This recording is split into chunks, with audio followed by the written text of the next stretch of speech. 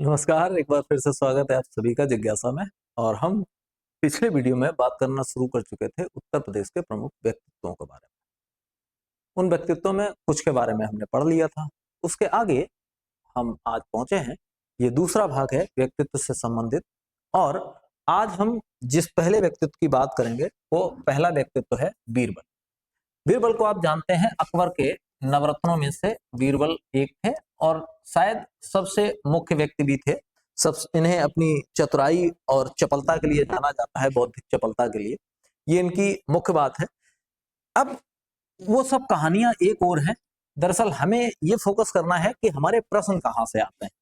तो पहली बात इनके जन्म से संबंधित है। और जन्म से संबंधित पहला फैक्ट जो है वो जन्म की तिथि होती है।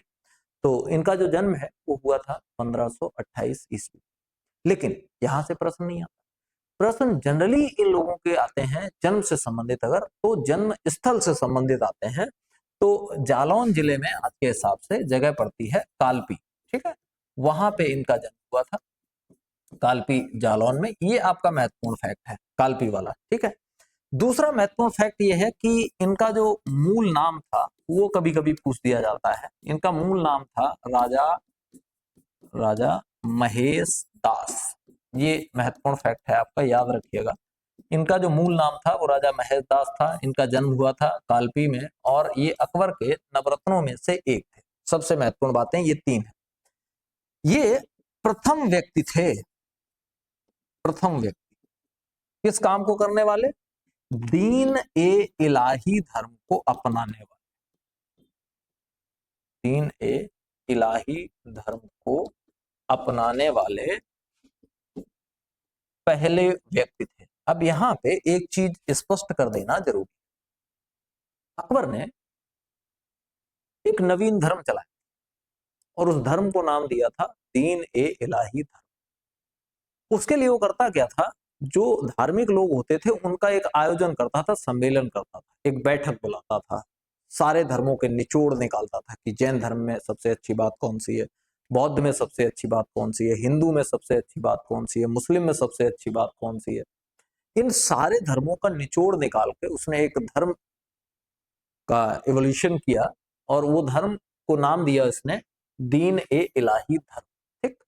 और इस धर्म को अपनाने वाला पहला व्यक्ति कौन थे? पहले व्यक्ति थे बीरबल। लेकिन अच्छी बात है, जब इतने धर्मों का निचोड़ रहा होगा तो धर्म तो शायद बेहतर रहा होगा। लेकिन ये धर्म अकबर की आत्ममुग्धता को दर्शाता है। इतिहासकार बताते हैं कि इस धर्म को अपनाने वाला व्यक्ति अकबर के पैरों को चूमता था। अब अकबर के पैरों को चूमने का मतलब हुआ कि अकबर स्वयं को इस धर्म का भगवान मानता था। और इस धर्म के जो पहले पुरोहित हुए थे, एक प्रश्न और देखो मुझे याद आ गया। इस धर्म के जो पुरोहित थे, पुरोहित कौन बनाए गए थे? पिछले वीडियो में मैंने आपको एक व्यक्ति के बारे में बताया था, अबुल फजल के बारे में। अबुल फजल जो थे वो दीन इलाही धर्म के पुरोहित बनाए गए थे। लेकिन इस धर्म को पहली बार अपनाने वाला व्यक्ति अगर कोई था तो वो बीरबल थे, यानी राजा महेश दास। ठीक है। अकबर ने इन्हें एक उपाधि भी दी थी।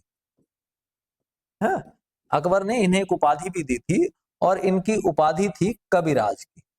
अकबर इन्हें कविराज कहता था। कविराज की उपाधि अकबर के द्वारा बीरबल को दी गई थी। 1586 ईस्वी में इन्होंने एक आक्रमण किया, या ये कहें कि इन्होंने एक उसमें गए थे, अभियान में गए थे, एक अभियान किया था। और वो अभियान किया था यूसुफ जाइयों के खिलाफ। यूसुफ जाई कबीलों के खिलाफ, कबीलाई लोग थे, उनके खिलाफ इन्होंने एक अभियान किया था। और इसी अभियान में यूसुफ जाइयों द्वारा इनकी हत्या कर दी गई, इनको मार डाला गया। तो कुल मिलाकर के बहुत ज्यादा बातें याद नहीं रखनी है। बीरबल थे कौन? बीरबल अकबर के नवरत्नों में से एक व्यक्ति थे। जन्म इनका कालपी में हुआ था। सन नहीं याद रखना, बहुत ज्यादा दिमाग भी नहीं चलाना है। कालपी में जन्म हुआ था, नवरत्नों में से एक थे, दीने इलाही धर्म को अपनाने वाले पहले व्यक्ति थे। मूल नाम राजा महेश दास था। यूसुफ जाइयों ने इनकी हत्या की थी और अकबर ने इन्हें कविराज की उपाधि दी थी। बस इतनी बातें अगर आप याद रखेंगे तो आपके लिए पर्याप्त है, इतना ही आपके लिए बहुत है। अब पिछले वीडियो में हमने बात की थी अबुल फजल, ठीक है। उसके बाद एक दूसरा नाम और आ गया, फैजी लिखा है, दरअसल ये होगा फैजी। तो एक दूसरा नाम और आ गया फैजी। ये थे कौन? अबुल फजल के भाई थे। तो उनका जन्म जहां हुआ था वहीं इनका भी जन्म हुआ होगा। कहां? आगरा में। एक फैक्ट तो ये हो गया। दूसरा ये कि ये भी अकबर के नवरत्नों में से एक थे। ये एक श्रेष्ठ कवि थे और विद्वान थे। एक श्रेष्ठ कवि और विद्वान हुआ करते थे। कौन? शेख फैजी, ठीक है। भास्कराचार्य की एक पुस्तक है, पुस्तक का नाम है लीलावती। ये आपका महत्वपूर्ण प्रश्न है। लीलावती किसकी पुस्तक है? भास्कराचार्य की। और पूरा अगर कहें तो भास्कराचार्य द्वितीय। ये पुस्तक जो है लीलावती, ये पुस्तक कौन से विषय की है? गणित की है। और गणित में भी कौन सी गणित की है? तो बीज गणित की है। महत्वपूर्ण बात, किताब का नाम है लीलावती। फील ऐसा हो रहा है कि ये कोई कहानी वानी की किताब होगी, लेकिन ये गणित की किताब है, ठीक है। और गणित में भी किसकी? बीज गणित की किताब है। दरअसल भास्कराचार्य जो अपनी मूल किताब लिख रहे थे, उस किताब का नामकरण उन्होंने अपनी पुत्री के नाम पे कर दिया था। उनकी पुत्री का नाम था लीलावती, तो किताब का नाम हो गया लीलावती। अब हम ये बात लीलावती, भास्कराचार्य, गणित, बीज गणित की बात शेख फैजी के कॉलम में क्यों कर रहे हैं? तो दरअसल इस पुस्तक का फारसी भाषा में अनुवाद किया गया था। क्या हुआ था? फारसी भाषा में इस लीलावती नामक किताब का अनुवाद किया गया था। और वो अनुवाद किसके द्वारा किया गया था? शेख फैजी के द्वारा। महत्वपूर्ण बात, इसलिए मैंने आपको बता दिया। और 1595 ईस्वी में इनकी मृत्यु हो गई। ये कोई महत्वपूर्ण बात नहीं है, बस इतनी बातें आपको याद रखनी है शेख फैजी से संबंधित। अब एक और महत्वपूर्ण नाम आ गया, वह है सर सैयद अहमद खां का, ठीक है। सैयद लिख गया है, दरअसल ये केवल सैयद है, सर सैयद अहमद खान, ठीक। सर सैयद अहमद खान से संबंधित कुछ एक बातें आपको याद रखनी है। मुस्लिमों की एजुकेशन के लिए बहुत सारा काम सर सैयद अहमद खान द्वारा किया। हालांकि अभी भी एजुकेशन का लेवल वो नहीं है जो वांछित है, लेकिन फिर भी बहुत सारा काम इनके द्वारा किया गया। इनका जो जन्म है वो 1817 ईस्वी में हुआ था। और कहां हुआ था? दिल्ली में। हालांकि ये आपका महत्वपूर्ण प्रश्न नहीं है, फिर भी जो महत्वपूर्ण बातें हैं वो उस दौर में 1817 के दौर में मुस्लिमों की शिक्षा की स्थिति क्या होगी आप अंदाजा लगाइए। और ये ऐसे व्यक्ति थे जो आधुनिक शिक्षा के प्रबल समर्थक थे। आधुनिक शिक्षा व्यवस्था के प्रबल समर्थक। महत्वपूर्ण बात, उस दौर में आधुनिक शिक्षा व्यवस्था का समर्थन करना, एक मुस्लिम होकर और मुस्लिमों के लिए उस शिक्षा का समर्थन करना अपने आप में एक बहुत बड़ी बात हुआ करती थी। ये 1857 की क्रांति से भी जुड़ते हैं, ठीक है। 1857 की क्रांति से पॉजिटिवली, अगर हम कहें एक्टिवली नहीं लेकिन पैसिवली। कैसे? इन्होंने 1857 की क्रांति पर आधारित एक किताब लिखी है और उस किताब का नाम है असबाब ए बगावत ए हिंद, ठीक है। असबाब ए बगावत ए हिंद। दरअसल जब पुस्तक आपसे पूछी भी जाएगी, कहीं आपको नाम भी लिखा हुआ मिलेगा तो केवल इतना लिखा हुआ मिलेगा, क्या? बगावत ए हिंद। और ये हिंद, बगावत ए हिंद जो पुस्तक है वो किसके द्वारा लिखी गई? सर सैयद अहमद खां के द्वारा लिखी गई। और इसकी पृष्ठभूमि क्या है? 1857 की क्रांति, भारत का पहला स्वतंत्रता आंदोलन, ठीक। 1857, उसके परिप्रेक्ष्य में इन्होंने एक किताब लिखी। उस किताब का नाम रखा असबाब ए बगावत ए हिंद, ठीक है। उस समय, उस दौर में ये एक न्यायिक पद पर थे। न्यायिक पद का मतलब क्या थे?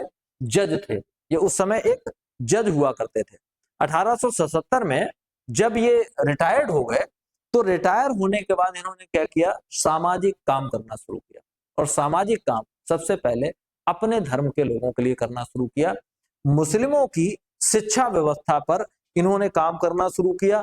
और इस काम को करने के लिए इन्होंने एक बड़ा कदम उठाया और उस कदम का नाम था मोहम्मदन एग्लो ओरिएंटल स्कूल।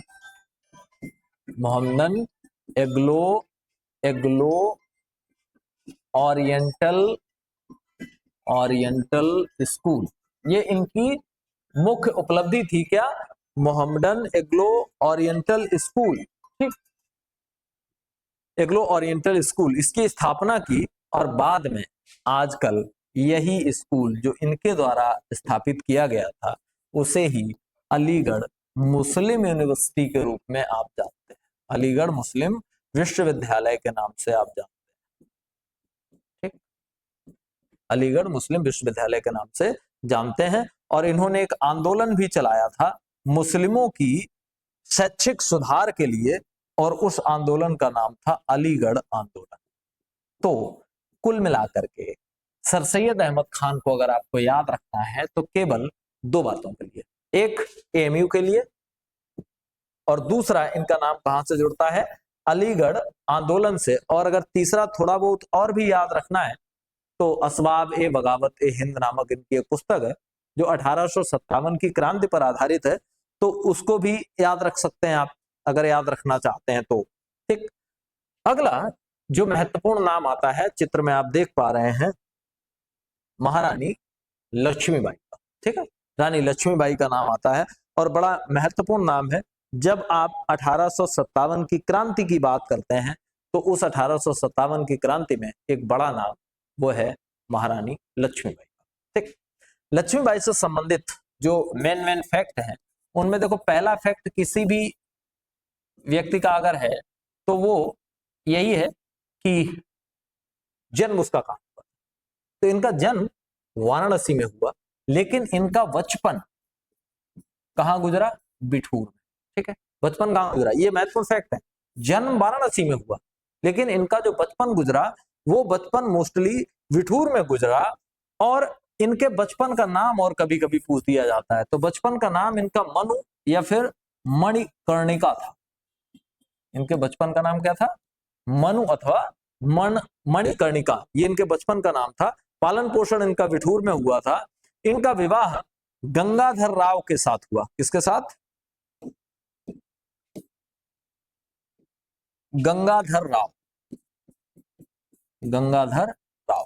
और गंगाधर राव कौन थे, झांसी के राजा, ठीक है, झांसी के राजा थे गंगाधर राव, उनके साथ इनका विवाह हुआ। हुआ ये कि 1854 में हड़प नीति तो आपने सुनी होगी, डलहौजी एक नीति लेकर आया जिसका नाम था हड़प नीति। हड़प नीति का मतलब ये था कि अगर किसी राजा के अपने खुद के बच्चे नहीं होते थे तो, और उन्होंने कोई बच्चा गोद ले रखा है, तो अंग्रेजों ने कहा कि जो गोद लिया हुआ बच्चा है वो वैलिड नहीं रहेगा, फिर वो राज्य अंग्रेजी साम्राज्य में मिला लिया जाएगा। तो ऐसा ही इनके साथ भी हुआ। तो 1854 में डलहौजी ने जो हड़प नीति बनाई थी उसके आधार पर 1854 में इनका राज्य हड़प कर लिया गया। जब राज्य हड़प कर लिया गया तो इनके पीछे आप देख रहे हैं ये इनका दत्तक पुत्र है जिसकी फोटो दिखाई गई है, नाम क्या था, दामोदर राव। इन्होंने क्या किया, दामोदर राव को उत्तराधिकारी घोषित कर दिया, यानी उसको राजा बना दिया, और खुद क्या हुआ, खुद संरक्षिका बन गई। क्योंकि दामोदर राव छोटा था तो ये खुद संरक्षिका बन गई, और इन्होंने मना कर दिया अंग्रेजों को कि हम अपना राज्य ऐसे नहीं दे पाएंगे, हम ऐसा करके अपना राज्य नहीं दे पाएंगे। अंग्रेजों के साथ युद्ध हुआ, उस युद्ध में महत्वपूर्ण भूमिका निभाई। बहुत सी कहानियां आपने सुनी होंगी, सुभद्रा कुमारी चौहान की कविता भी सुनी होगी, खूब लड़ी मर्दानी वह तो झांसी वाली रानी थी। तो वो सारी कहानियों के बाद 18 जून 1858 में, 18 जून 1858 को रानी लक्ष्मीबाई वीर गति को प्राप्त हुई, ठीक, अंग्रेजों से लड़ते हुए। तो भारत के पहले स्वतंत्रता आंदोलन की एक नायिका के रूप में हम याद करते हैं किसको, रानी लक्ष्मीबाई। कई बार व्यक्ति अपने विशिष्ट कार्यों के लिए जाना जाता है, तो ऐसा ही एक महत्वपूर्ण नाम आपके सामने आता है अजीजन बेगम का, ठीक, अजोजन लिख गया है, दरअसल इनका सही नाम जो है वो अजीजन बेगम था। अजीजन बेगम के बारे में जो मेन फैक्ट्स हैं जरा उनको देख लो। पहली चीज ये थी कहाँ की, तो जन्म इनका हुआ था लखनऊ में।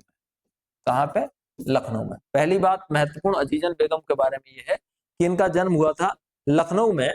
परिस्थिति बस इन्होंने कुछ ऐसी स्थितियां बनी कि इन्होंने अपना जो कार्य क्षेत्र था कार्य क्षेत्र जो था वो लखनऊ को ना बना करके कहां बनाया, कानपुर को बनाया।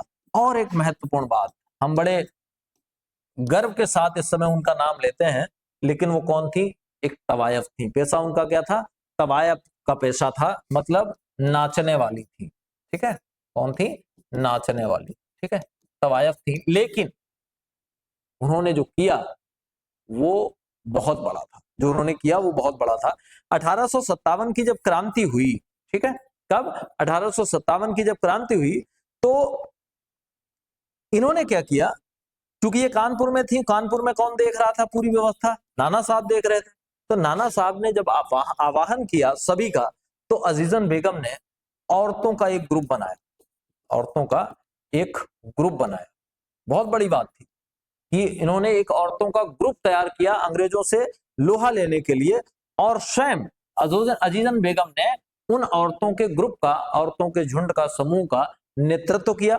और अंग्रेजी कमांडर हेनरी हैवलॉक ने क्रांतिकारी अजीमुल्ला खां का पता न बताने के कारण इनको जब पकड़ा गया और इनसे कहा गया कि भाई अजीमुल्ला का पता बताओ, जो क्रांतिकारी थे अजीमुल्ला, उनका पता बताओ, तो इन्होंने जब पता नहीं बताया तो उस अंग्रेज अधिकारी ने क्या किया, इनको गोली मरवा दी, ठीक, और ये शहीद हो गई उस 1857 की क्रांति में।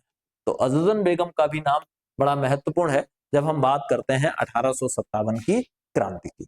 अब अजीजन बेगम के बाद एक और नाम लखनऊ से आता है, महिला ही है, और वो नाम है बेगम हजरत महल का। ये भी बड़ा महत्वपूर्ण नाम है, और इनका संबंध भी कहां से है, इनका संबंध भी है 1857 की क्रांति से। ठीक, इनका संबंध भी कहां से, 1857 की क्रांति से। क्या है, कितनी बातें इनसे संबंधित याद रखनी है, जरा उनको देख लो। अवध के आखिरी नवाब थे वाजिद अली शाह। ठीक है, कौन थे, वाजिद अली शाह। ये कौन थे, अवध के लास्ट नवाब। ठीक है, लास्ट नवाब थे कहां के, अवध के। ठीक, आखिरी नवाब थे वाजिद अली शाह। उन्हें बंदी बना लिया गया अंग्रेजों के द्वारा, और अंग्रेज उन्हें कहां ले गए, कोलकाता ले गए। तो बेगम हजरत महल जो थी, इनका एक नाबालिग पुत्र था, उसका नाम था विरजिस कादिर। विरजिस कादिर, इन्होंने विरजिस कादिर को उत्तराधिकारी घोषित कर दिया। ठीक है, क्या किया, उत्तराधिकारी घोषित किया, बिल्कुल वैसे ही जैसे रानी लक्ष्मीबाई ने किया। और स्वयं कौन हो गई, स्वयं बन गई उसकी संरक्षिका, क्योंकि ब्रिजेश कादिर जो था वो छोटा था, उत्तराधिकारी घोषित करके स्वयं संरक्षिका बन गई। और लखनऊ में नवाब वाला कार्य ब्रिजेश कादिर के नाम से स्वयं करने लगे। अंग्रेजों ने फिर लखनऊ पे भी हमला किया। तो जब लखनऊ में हमला किया तो मजबूरन इन्होंने युद्ध भी किया, लेकिन अंत में इनको वहां से भागना पड़ा, और भागकर ये कहां चली गई, नेपाल। कहां गई, नेपाल। और नेपाल में राजा थे जंग बहादुर, नरेश जंग बहादुर, नेपाल के राजा थे जंग बहादुर। उनके यहाँ इनको शरण लेनी पड़ी, और फिर ये वहीं पे शरण लेकर रहती रही, और 1879 ईस्वी में इनकी वहीं पे मृत्यु हो गई। यहां से एक प्रश्न आएगा कि निम्नलिखित में से कौन सा क्रांतिकारी 1857 की क्रांति के बाद भागकर नेपाल चला गया और नेपाल के राजा के यहाँ उसने शरण ली, तो वो नाम आ जाएगा किसका, बेगम हजरत महल का। ठीक है, एक और नाम देख लें, जब हम 1857 की क्रांति की बात कर ही रहे हैं तो एक नाम छूटना नहीं चाहिए, और वो बड़ा महत्वपूर्ण नाम, भी दो नाम और है। नाना साहब के बाद अभी आप तात्या टोपे को भी देखेंगे, वो भी बड़ा जरूरी नाम है जब 1857 की बात कर रहे हैं। तो तात्या टोपे के संबंध में कुछ एक बातें याद रखनी है। पहली चीज तो ये कि ये इनका जन्म कहाँ हुआ था, तो जन्म इनका हुआ था कहाँ, कानपुर में। ठीक है, इनका जन्म कहाँ हुआ था, कानपुर में। एक अच्छा प्रश्न यहां से बनता है, इनके बचपन का नाम पूछ दिया जाता है, तो इनके बचपन का नाम था गोविंद धोदो पंत। गोविंद धोदो पंत, कभी कभी केवल इतना ही पूछ दिया जाता है, धोदो पंत करके। ठीक है, तो गोविंद धोदो पंत इनका नाम था। इनका जो पालन पोषण था वो मराठा पेशवा बाजीराव द्वितीय जो थे, बाजीराव द्वितीय, उनके दत्तक पुत्र के रूप में हुआ। ठीक है, इनका पालन पोषण कैसे हुआ, बाजीराव द्वितीय के दत्तक पुत्र के रूप में। अंग्रेज यही तो कर रहे थे, जो दत्तक पुत्र थे वो मानते ही नहीं थे, तो इन्हें पेंशन मिल रही थी, लेकिन बाद में इनकी पेंशन भी बंद कर दी गई। तो 1857 की क्रांति में ये भी शामिल हुए और 1857 की क्रांति में शामिल होकर कानपुर में जो विद्रोह हुआ था, उस कानपुर वाले विद्रोह का इन्होंने नेतृत्व किया था। बाद में ये भी ऐसे ही क्रांतिकारी थे जो अंत में नेपाल चले गए। ठीक है, ये भी अंत में कहां चले गए? नेपाल। अब एक नाम और महत्वपूर्ण बचेगा, जरा उसको भी देख लीजिए। वो नाम है तात्या टोपे का। ठीक है, एक और महत्वपूर्ण नाम तात्या टोपे का है। ये नाना साहब के सेनापति के रूप में कार्य कर रहे थे। ठीक है, और इनका भी कभी कभी मूल नाम पूछ दिया जाता है। तो तात्या टोपे का जो मूल नाम था, ये भी अच्छा प्रश्न है। उनका नाम था धोनोपंत और इनका नाम था रामचंद्र पांडुरंग। रामचंद्र पांडुरंग। ठीक है, रामचंद्र पांडुरंग इनका मूल नाम था। पालन पोषण इनका बिठूर में हुआ, पेशवा की देखरेख में हुआ। ये नाना साहब की फौज के सेनापति थे। फौज के सेनापति, यानी रोल इनका क्या था? फौज के सेनापति थे। और कानपुर में जो नेतृत्व किया नाना साहब की सेना का, वो इनके द्वारा ही किया गया था। अच्छा, कानपुर में भी किया और कुछ समय के लिए ये झांसी भी गए थे। कानपुर और झांसी दोनों जगहों पे इन्होंने नेतृत्व किया। इवन कुछ समय के लिए ये कालपी में भी रहे। ठीक, कानपुर, झांसी और कालपी, यहां पर सेनाओं का नेतृत्व अंग्रेजों के खिलाफ इन्होंने किया। नरवर के मारवाड़ राजा थे और उन राजा का नाम था मान सिंह। उन्होंने इनके साथ धोखेबाजी कर दी तो ये पकड़े गए। ठीक, पकड़े गए और पकड़ने के बाद इनको फांसी दे दी गई।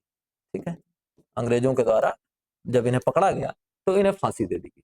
तो कुल मिलाकर के आज हमने जिन लोगों पे बातचीत की है, जिन व्यक्तित्वों पे बात की है, वो ज्यादातर 1857 की क्रांति से जुड़े हुए हैं। अभी और भी बहुत सारे व्यक्तित्व हैं, एक एक करके हम वीडियोस लाते रहेंगे और उनमें आपको नए नए व्यक्तित्वों से, या जो ऐसे व्यक्तित्व हैं जो हमारे लिए परीक्षा के दृष्टिकोण से महत्वपूर्ण हैं, उनके बारे में थोड़ी थोड़ी सी नॉर्मल सी चर्चा करते रहेंगे। तो कल फिर मिलेंगे एक और वीडियो में कुछ और व्यक्तित्वों के साथ। तब तक के लिए नमस्कार।